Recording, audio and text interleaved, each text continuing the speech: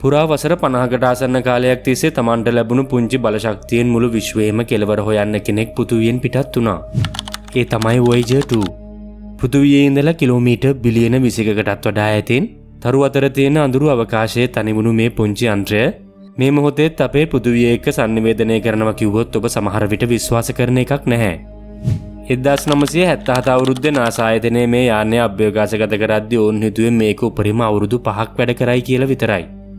නමුත් දැන් අවුරුදු 49ක් ගත වෙලා. මිනිස් වර්ගයාගේ ඉතිහාසයේ කවදාවත් කිසිම නිර්මාණයක් නොගිය තරම් මෑතකට මේ පරණ යකඩ යානය ගමන් කරලා ඉවරයි. කල්පනා කරලා බලනකොට මේක ඇත්තටම විද්‍යාත්මක වාර්තාවකට වඩා හරියට අන්තිම හුස්ම ටික රැකගන්න දඟලන අභ්‍යවකාශගාමියෙකුගේ සටනක් වගේ. මේ තරම් දුරකට අපට නැවතත් යානයක් යවන්න ලේසියෙන් බෑ. Voyager ඉන්න තැනට තව යානයක් යවන්න මිනිසුන් වන අපට ආයේ දශක ගණනාවක් සමහර විට ශතවර්ෂයකට ආසන්න කාලයක් බලාගෙන ඉන්න වෙනවා. ඒ කියන්නේ මේ අපට විවර වූ දොර සදහටම වැහිලා යන්න පුළුවන්. මේ නිසා තමයි NASA ඉංජිනේරුවෝ මේ යානය තව එක දවසක් හරි පණ පිටින් තියාගන්න මෙච්චර දඟලන්නේ. Voyager 2 යානයේ මුල්ම රාජකාරිය වුණේ අපේ සෞරග්‍රහ මණ්ඩලයේ ඈතින් තියෙන යෝධ ග්‍රහලෝක ගවේෂණය කරන එක. බ්‍රහස්පති සෙනසුරු ග්‍රහලෝක පහු කරගෙන ගියා. තව දෙතනින් එහාට ගිහින් යුරේනස් සහ නෙප්චූන් කියන අයිස්යෝධයන් ළඟටම ගිය එකම සහ පළමු මිනිස් යානය බවටද පත් වුණා. මේ කාලේදී Voyager යානාවන් විසින් අපට ග්‍රහලෝකවල ඉතාම පැහැදිලි සුන්දර ඡායාරූප වීමට කටයුතු කරා. නමුත් ඒ ග්‍රහලෝක ඔක්කොම පහු කරලා අභ්‍යවකාශයේ කෙළවරට ගියාට පස්සේ යානයේ තිබුණු කැමරා සදහටම නිවා දැම්මා.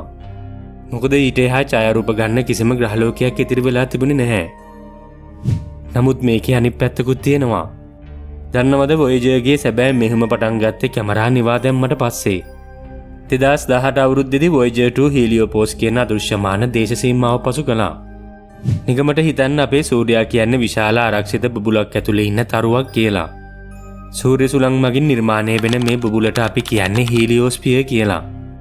Voyager ඒ බුබුලේ කෙළවර කඩාගෙන එළියට ගියා. එතනින් එහා තියෙන්නේ සූර්යාගේ බලපෑමෙන් තොර තරු අතර තියෙන සැබෑ හිස් අවකාශය. නැත්නම් ඉන්ටර්ස්ටෙලාර් ස්පේස් එක. ඉතින් පටන් මේ යානයේ ග්‍රහලෝකවල ඡායාරූප ගන්නා ගවේෂකයෙකු නොවේ. තරු අතර තියෙන අවකාශයේ හැසිරීම මනින දුරස්ත විද්‍යාගාරයක් බවට පත් වුණා. දැන් මේ යානයේ ඉතුරු වෙලා තියෙන මෙවලම් වලින් කරන්නේ අපේ සාමාන්‍ය ඇසට නොපෙනෙන දේවල් මනින එක. සූර්යාගෙන් ඔබෙන්නේ අධිශක්තියංශ චුම්බක ශේෂ්ඨ සහ තරු අතර තියෙන ප්ලාස්මා තරංග. මේ දත්ත පෘථිවියේ තියෙන කිසිම දැවැන්ත දුරේක්ෂයකින් මේ තරම් නිවැරදිව ලබා ගන්න බෑ. මොකද Voyager ඉන්නේ ඒ අභ්‍යවකාශ පරිසරය ඇතුළෙමයි. හොඳින් බැලුවොත් යානය අවුරුදු 50ක් පරණ වීමම තමයි දැන් තියෙන ලොකුම වාසිය. මොකද ඒ තරම් දුරක් ගමන් කරලා එතන ඉන්න එකම යානය මේක විතරයි. නමුත් ගැටලුව වුණේ Voyager යානයේ කිසිම කාර්මික දෝෂයක් ඇවිත් නැති වුණත් Voyager යානයේ ප්‍රධානම සතුර වූ පිටිපස්සෙන් පැමිණියා. ඒ තමයි බලශක්තිය ක්‍රමයෙන් අඩුවීම. සූර්යාලෝකයේ නැති මේ අඳුරු ගැඹුරු අභ්‍යවකාශයේ සූර්ය පැනල වැඩ කරන්නේ නැහැ.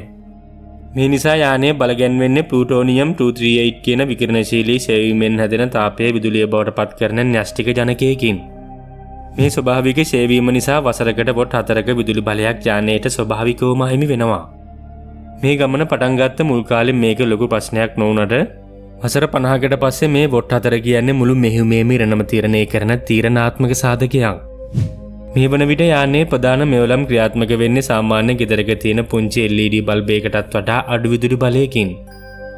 මේ විදුලිය ඉතිරි කරගන්න NASA ඉංජිනේරුවෝ කාලයක් තිස්සේ නොයෙකුත් දේවල් කළා. ග්‍රහලෝක නිරීක්ෂණය කරන්න පාවිච්චි කරපු අනවශ්‍ය උපකරණ අයින් කළා. තවද හීටර් නිවා දැම්මා. විද්‍යාත්මක මෙවලම් මෙකින් එක ක්‍රියාවිරහිත කළා. නමුත් 2026 වසර අවසන් වෙන්නත් කලින් තවත් ප්‍රධාන විද්‍යාත්මක උපකරණයක් සදහටම නිවා දමන්න NASA ආයතනයේ සිදුවන තත්ත්වයක් මත වුණා. මේකෙන් කියන්නේ අපි විශ්වයේ කෙළවරින් ලබන අතිශය වටිනා දත්ත වලින් තවත් කොටසක් අහිමිව යන බවයි. මෙන්න මේ විදියට අඩියටම වැටුණු වෙලාවේ තමයි ඉංජිනේරුවෝ වෙනස්ම විදියකට හිතන්න පටන් ගත්තේ. ඒ කියන්නේ තවත් විද්‍යා උපකරණයක් නිවා දමන්නේ නැතිව යානයේ වෝල්ටියතා ආරක්ෂණ පද්ධතිය වෙනුවෙන් වෙන් කරලා තියෙන හදිසි බලශක්ති රක්ෂිතය කෙලින්ම විද්‍යාත්මක මෙවලම් වලට ලබා දුන්නොත් මොකද වෙන්නේ කියන ප්‍රශ්නය. මේක ඇත්තටම පැහැදිලි කරන්න ලේසි නැති අතිශය අවදානම් තීරණයක්. මොකද 1970 ගණන්වල තාක්ෂණයෙන් හදපු කිලෝමීටර් බිලියන 20කට වඩා ඈතින් තියෙන යානයක බලශක්තිය වෙනස් කරනවා කියන්නේ පොඩි හෝ වැරදීමකින් මුළු යානයම සදහටම නිහඬ වෙන්න පුළුවන් වැඩක්. කල්පනා කරලා බලන්න පෘථිවියේ ඉඳලා අපි යවන රේඩියෝ සංඥාවක් ආලෝකයේ වේගයෙන් ගියත් Voyager 2 වෙත ළඟා වෙන්න පැය 19කට වඩා ගත වෙනවා. ආයෙත් ඒකෙන් පිළිතුරක් එන්න තවත් පැය 19ක් බලාගෙන ඉන්න ඕනේ. මේකෙන් කියන්නේ එක විධානයක ප්‍රතිඵලය දැනගන්න පැය 38ක් විතර යන බවයි. මීටත් අමතරව සමහර පද්ධතිවල බලය වෙනස් කළොත් යානයේ උෂ්ණත්වය අධික ලෙස පහළ බැහැලා ඉතිරි කොටස් මිදලා යානයේ සදහටම නිහඬ වෙන්න පුළුවන්. මේ නිසා ඊටාම පඩු සීමාවක් ඇතුළේ තමයි මේ සමතුලිතතාවය සොයාගන්න සිද්ධ වුනේ. මෙන්න මේ සංකීර්ණ ක්‍රියාවලියට තමයි ඉංජිනේරුවෝ බිග් බෑන් කියලා කිව්වේ. නම ඇහුවම පිපිරීමක් වගේ හිතුණට ඇත්තටම කලේ රක්ෂිතයේ තිබුණු අමතර විදුලි බලය කෙලින්ම ප්‍රධාන විද්‍යාමය වලම් වලට ලබා දීලා උපකරණ නිවා දැමීම වළක්වා ගැනීමයි. NASA ආයතනයේ මේ පරීක්ෂණය මුලින්ම කළේ Voyager 2 යානයේට. මොකද Voyager 1 යානයට වඩා යම් වැඩි විදුලි බලයක් සහ පෘථිවියට සාපේක්ෂව අඩු දුරක් ඒ වෙලාවේ තිබුණේ Voyager 2 යානයටයි. Voyager 2 ගමන් කරන්නේ දකුණු අභ්‍යවකාශ කලාපය නිසා ඒ යානය එක්ක සම්බන්ධ වෙන්න පෘථිවියේ තියෙන එකම ඇන්ටනාව වුණු ඕස්ට්‍රේලියාවේ කැන්බරා නුවර පිහිටි දැවැන්ත මීටර් 70ක ඩීප් ස්පේස් ඇන්ටනාව හරහා තමයි මේ සංඥා යවුවේ. ඉංජිනේරුවෝ පියවරෙන් පියවර සංඥා යවමින් උෂ්ණත්වය පරීක්ෂා කරමින් පද්ධතිවල ප්‍රතිචාර බලමින් මේ වෙනස සිදු කළා. අවසානයේදී ප්‍රතිඵලය විස්මයජනකයි. බලාපොරොත්තු වූ විදුලි ස්ථාවරත්වය ලබා ගන්න උන් සමත් වුණා. මේකින් කියන්නේ තවත් විද්‍යාත්මක මෙවලමක් අක්‍රිය නොකර තවත් වසරකට වඩා වැඩි කාලයක් විශ්වයේ ගැඹුරු දත්ත එකතු කරගන්න මේ යානයට පණ ලැබුණු බවයි. වසර 5කට හදපු යානයක් අඩසියවසකට ආසන්න කාලයක් අභ්‍යවකාශයේ ජීවත් කරන්න මිනිස්සු දරන මේ වෙහෙස දැක්කම මට හිතෙන්නේ විශ්වයේ තේරුම් ගන්න මිනිස්සුන්ට තියෙන අසීමිත ආශාවයි. සූර්යාගෙන් එපිට තියෙන තරු අතර අවකාශය කියන්නේ හිස් තැනක් නෙවෙයි. මේ තියෙන චුම්බක ශේෂ්ත්‍ර සහ අංශු ඝනත්වය එකිනෙකට වෙනස්.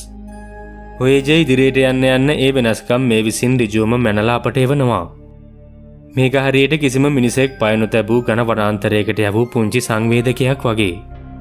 තාක්ෂණයෙන් අපි කොයිතරම් ඉදිරියට ගියත් මේ 1970 දශකයේ පරිගණක මතකයන් එක්ක වැඩ කරන යකඩ කුරුල්ල තවමත් අපට කියලා දෙන්නේ නවීන විද්‍යාවටවත් තවම ළඟා වෙන්න බැරි රහස්. දවසක මේ යානයේ අන්තිම විදුලි බිඳුවත් ඉවර වේවි. Voyager සදාටම එදාට නිහඬ වෙලා නිමක් නැති අඳුරු තරු අතරේ කිසිදු ශබ්දයක් නැතිව සදාකාලිකව පාවෙලා යාවි. නමුත් එහෙම වෙන්න කලින් Voyager අපට දීලා යන දේවල් වල සැබෑ වටිනාකම කවදා හෝ අපට මැනලා ඉවර කරන්න පුළුවන් වේවිද?